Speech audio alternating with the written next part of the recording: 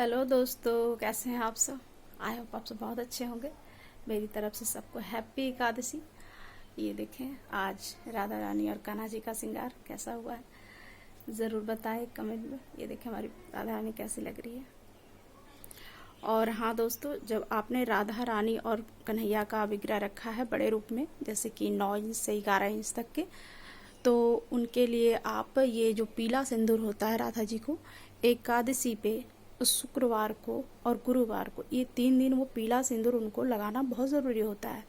तो आप ख्याल रखें, जब उनका विवाह होता है तो छोटा सा सिंदूरा उनको राधा जी को दिया जाता है। विवाह के दौरान उसी सिंदूरे से इनका सिंदूर लगाया जाता है। मैं दिखा देती हूँ आपको। ये देखिए दोस्तों, इस तरीके से ये सिंदूरा आता है। ठीक है, ये विवाह जब हम करवाते हैं ना राधा रानी और कन्हैया का, तब ये सिंदूरा राधा रानी के लिए रहता है। तो स्पेशल राधा रानी का सिंदूर इसी सिंदूरे से लगता है दोस्तों। ये देखें, तो हर एकादशी और हर गुरुवार को और फ्राइडे को भी आप लगा सकते हैं, बट एकादशी और गुरुवार को हम ज़रूर से लगाते हैं इसे। तो आप ध्यान रखें और लाल सिंदूर का यूज़ ना करें दोस्तों। देखें, पीले सिंदूर में हमारी राधा प्यारी कितना खिल जाती हैं, कितनी प्यारे लगने लगती हैं। ये देखें, तो आप इस चीज़ का ध्यान रखें। एकादशी के दिन उन्हें पीला सिंदूर जरूर लगाएं। लक्ष्मी जी को फ्राइडे के दिन यानी शुक्रवार के दिन आप पीला सिंदूर जरूर लगाएं। तो इस तरीके से पार्वती जी को पूरे सावन आप, जैसे लक्ष्मी जी का छोटा किया एक रख दें। ये लकड़ी वाली किया ज़्यादा महंगा नहीं आता है, ये वाला देखें ऐसा होता है ना, ऐसे छोटे छोटे लेके आप रख दें। 3-4 माता का, पार्वती जी का एक अलग रख दें, राधा रानी का अलग, लक्ष्मी जी का अलग रख दें। ठीक है, तो उस हिसाब से। और ये नहीं कि आपने राधा जी का जो सिंदूरा का सिंदूर है वो लक्ष्मी जी को लगा दिए, पार्वती जी को लगा देते, ऐसा नहीं होता। एक सिंदूरा एक स्पेशल रखें। ठीक है, जो लक्ष्मी जी का रखें, तो जितना भी विग्रह लक्ष्मी जी का आपने रखा है, देखिए जैसे ये विष्णु लक्ष्मी जी हैं। ठीक है, तो उसमें से आप ना इन्हें लगा सकते हैं।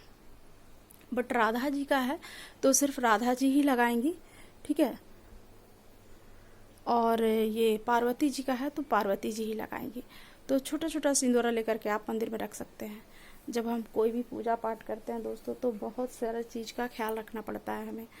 तो ये चीज़ बहुत ज़रूरी है। और बहुत लोग का क्वेश्चन था कि दीप पूजा भगवान कैसे स्वीकार करते हैं, वो मुझे जानना है। तो दोस्तों ऐसा है कि देखिए, ये जो दीपक आपने जलाया है ना, ये देखिए मैं दिखा दूँ। ये देखिए, इसमें किसी तरीके का फूल जब बनना शुरू हो जाता है आपके दीपक में, तो आपको पता चलने लगता है कि भगवान हर समय विराजमान है यहाँ पे और आपकी पूजा प्रार्थना को स्वीकार कर रहे हैं। देखिए दोस्तों, इस तरह से आप रोज नहीं कर सकते हैं इतना, तो कम से कम देखें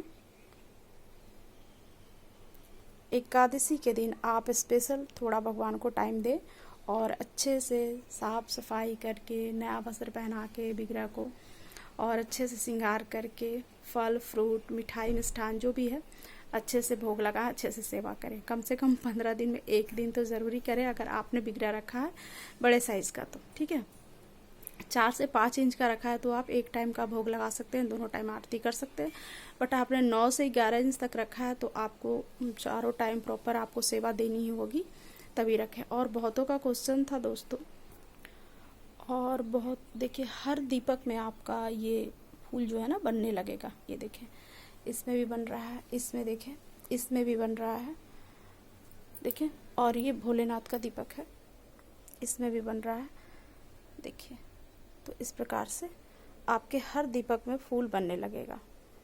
भगवान ने आपकी प्रार्थना को स्वीकार कर लिया और हमेशा एनी टाइम विराजमान होते। और ये हमारे नन्हे ठाकुर जी देखें कैसे लग रहे हैं। एक कमेंट इनके लिए ज़रूर करें दोस्तों, इन्हें भी अच्छा लगेगा और मुझे भी। तो ये है। और बहुत लोगों का क्वेश्चन था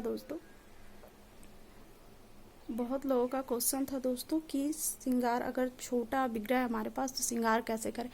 देखिए, ये मैंने ग्रीन चूड़ी चढ़ाई है, इनका श्रृंगार चढ़ाया है, साइड में ही मैंने रख दिया है सब कुछ। और ये हमारी ललिता जी हैं और ये हमारी विशाखा जी हैं। बहुत को क्वेश्चन था दोस्तों कि ये साइड में जो छोटी मूर्तियाँ हैं दो कौन है। तो जब आपको पूजा नहीं करने का रहता है तो इन्हीं को सेवा देके, या फिर कहीं बाहर जाना होता है इमरजेंसी 2-4 दिन के लिए, तो ये ललिता जी हैं और ये विशाखा जी हैं। तो इन्हें ही सेवा दे करके हमें जाना होता है। तो बहुतों का क्वेश्चन यही था दोस्तों कि जब हमें पूजा नहीं करनी होती है तो फिर कैसे करें। तो यही है, आप मतलब आपको पता है, डेट पड़ता है, तो फिर आप ड्राई फ्रूट भर के, या फिर घर में कोई है तो कम से कम फ्रूट मंगा करके, आप मिठाई मंगा के बाहर से, और पतिदेव को भी बोल सकते हैं। हमारे क्या तो बस मैं ही करने वाली हूँ, पतिदेव को तो फुर्सत ही नहीं होता, सुबह सुबह निकल जाते हैं, वो अपना सुबह ही पूजा जो करना होता कर लेते हैं और निकल जाते हैं। तो जो भी करना होता है वो शॉर्टकट कर देते हैं, बस हो गया। तो यही है कि आप पहले से आप व्यवस्था कर दें। आप छोटे छोटे इस तरह के देखें, मार्केट में तो अब बहुत कुछ मिलता है दोस्तों। ये देखिए, इसमें ड्राई फ्रूट वगैरह सारा भर के मैंने रख दिया है। 2-3 टिफिन इसी तरह का बना लें और आप भर के उसमें रख दिया करें। और बहुतों का क्वेश्चन था कि जैसे घर के मंदिर में पूजा करना और बाहर के मंदिर में क्या, मतलब उसमें खास क्या नियम होता है। तो घर के मंदिर में खास नियम ये होता है दोस्तों कि जैसे आप एक बार पूजा हो गया आपका, ठीक है, जैसे स्नान, भोग, श्रृंगार, धूप, दीप सब कुछ हो गया, उसके बाद फिर आपने आचमन करवा दिया, भगवान को विश्राम के लिए हो गया, विश्राम के लिए बोल दिया आपने। फिर कोई दूसरा उठा तो फिर वो आया पूजा करने के लिए, तो उसको अगर उसको पूरा प्रॉपर पूजा करना है तो उसे फिर सब सफाई करनी होगी, सारे चढ़े हुए फूल फल सब कुछ हटाना होगा, फिर से उन्हें स्नान करवाना होगा और फिर से पूजा करना होगा। तो घर में 2 बार 3 बार पूजा इस प्रकार से नहीं होता है दोस्तों। प्रॉपर पूजा एक बार होता है सुबह, ठीक है, जिन्हें जिन्हें करनी है। बाकी जो बाद में उठे हैं अगर उन्हें करना है तो सिर्फ कपूर दिखा सकते हैं, फूल चढ़ा सकते हैं और आचमन करा सकते हैं, बस।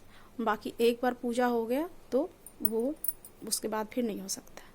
तो इस चीज़ का घर के पूजा में विशेष यही होता है दोस्तों, तो इसे ध्यान रखें। मंदिर के पूजा में चलता है क्योंकि बहुत लोग एक ही बार पूजा करते रहते हैं, किसी ने दूध चढ़ाया, किसी ने दही चढ़ाया, किसी ने जल चढ़ाया, तो उस प्रकार से पूजा होती रहती है। तो मंदिर में और घर में यही फ़र्क है।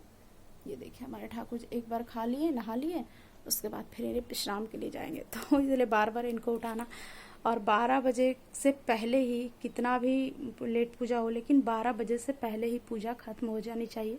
12 बजने के बाद पूजा नहीं होना चाहिए, क्योंकि घर के मंदिर का नियम है कि 12 बजने से पहले पूजा हो गया, उसके बाद पट बंद हो गया, फिर सीधे 4 बजे पट खुलेगा। तो आपको कुछ भी करना है तो आप सीधे 4 बजे ही भगवान को जगाएंगे और फिर संध्या के समय 4 बजे आप जगा के कर सकते हैं। लेकिन स्नान नहीं होता 4 बजे जो आपने जगाया है, तो सिर्फ आप भोग पूजा सेवा आरती ही करेंगे, स्नान उनका नहीं होगा। 4 बजे संध्या काल में स्नान उनका नहीं होता है। तो इस चीज़ का भी बहुत ध्यान रखना है। बहुत घरों में मैंने देखा है कि उठते हैं वो सुबह पारी आके कभी स्नान करवा रहे हैं, कभी ये करवा रहे हैं, कभी, वैसा नहीं होता है। एक बार हमारे ठाकुर जी स्नान कर लिए, भोग प्रसाद पा लिए, फिर दोपहर का भोग लगाते तो उसमें घंटी भी नहीं बजाते, सिर्फ ताली बजा के ही भोग लगाना होता है।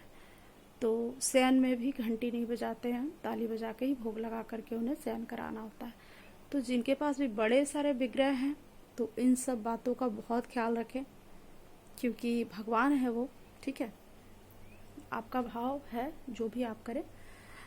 ये देखें, आज इन्होंने ग्रीन मंगलसूत्र भी पहना है दोस्तों, ये देखें।